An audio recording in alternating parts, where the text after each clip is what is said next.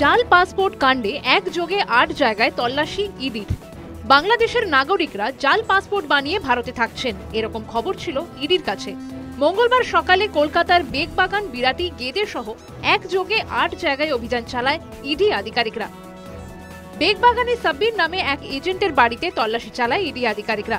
বিরাটিতে আজাদ মল্লিক নামে এক বাংলাদেশি নাগরিক ভুয়ো পরিচয়পত্র বানিয়ে রয়েছেন বলে গোপন সূত্রে খবর পান আধিকারিকরা। তার বাড়িতেও দীর্ঘ সময় ধরে চলে তল্লাশি।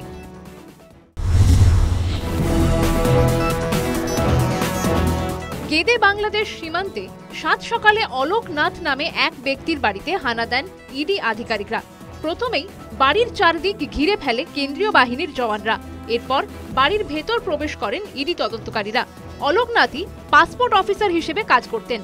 সকাল থেকে দীর্ঘক্ষণ তল্লাশির পাশাপাশি অলোক নাথকে জিজ্ঞাসাবাদ করেন আধিকারিকরা। শেষ পর্যন্ত তার জবাব সন্তোষজনক না হওয়ায় অলোক নাথকে আটক করে নিয়ে যাওয়া হয়।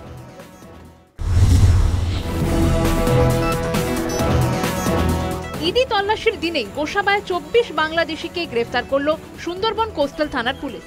বাংলাদেশ থেকে অবৈধভাবে এদেশে থাকছিলেন তারা, এমনটাই অভিযোগ। ধৃতদের মধ্যে রয়েছে ৯ জন পুরুষ, ১১ জন মহিলা ও ৪ জন শিশু। News time.